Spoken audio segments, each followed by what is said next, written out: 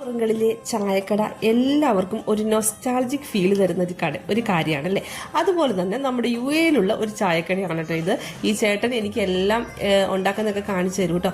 അപ്പം ഞാൻ ഈ വീഡിയോ എടുത്തുകൊണ്ടിരുന്നപ്പം ഇവരുടെ ഒരു പാട്ട് വന്നു. അപ്പോൾ കോപ്പിറൈറ്റ് ഇഷ്യൂ ഉണ്ടാകാതിരിക്കാനായിട്ട് ഞാൻ എൻ്റെ ശബ്ദം തന്നെ എഡിറ്റ് ചെയ്യുവാണ് കേട്ടോ. അപ്പോൾ ഇവിടെ എല്ലാ തരത്തിലുള്ള പലഹാരങ്ങളും കൊണ്ട് അടിപൊളിയായിട്ടാണ് കുക്കിംഗ് ചെയ്യുന്നത്. എടുത്തേ പണ്ടൊരു ചായക്കട ഉണ്ടായിരുന്നു, നമ്മുടെ സ്വന്തം ഷാഹുലന്റെ ചായക്കട കേട്ടോ.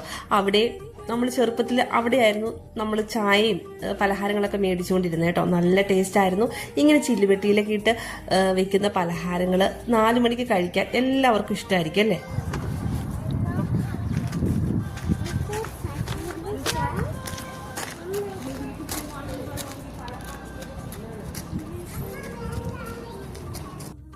പണ്ടൊക്കെ ആരെങ്കിലുമൊക്കെ വിരുന്നുകാരൊക്കെ വീട്ടിൽ വരുമ്പോൾ എല്ലാവരുടെയും കയ്യിൽ കാണും ഒരു പൊതി, പലഹാരത്തിന്റെ പൊതി അല്ലേ. അത് പ്രത്യേകിച്ച് എണ്ണക്കടികളോട് എല്ലാവർക്കും ഒരു പ്രത്യേക ഇഷ്ടമാണ്. അപ്പൊ ഡ്യൂട്ടിയൊക്കെ കഴിഞ്ഞ് വരുമ്പം ഒരു കട്ടൻ ചായയും ഒരു കടിയൊക്കെ കഴിക്കാൻ ആർക്കാണെങ്കിലും മോഹമില്ലാത്തത്. ഇങ്ങനെ കടികളൊക്കെ കൊണ്ടുവരുമ്പോൾ തന്നെ നമുക്ക് പകുതി ക്ഷീണം മാറും, അതിന്റെ കൂടെ ഒരു കട്ടൻ ചായ.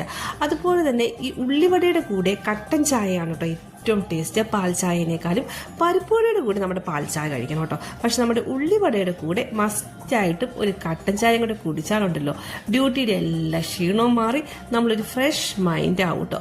അപ്പോൾ ഔട്ട് സൈഡിൽ ഞാൻ ഇരുന്ന് ചായ കുടിക്കുകയാണ്. അപ്പോൾ നിങ്ങളും ട്രൈ ചെയ്യണേ കട്ടൻ ചായയും ഉള്ളിവടയും. അപ്പം പുതിയൊരു വീഡിയോ ആയിട്ട് വരുന്നതോടെ വരെ ബൈ ബൈ.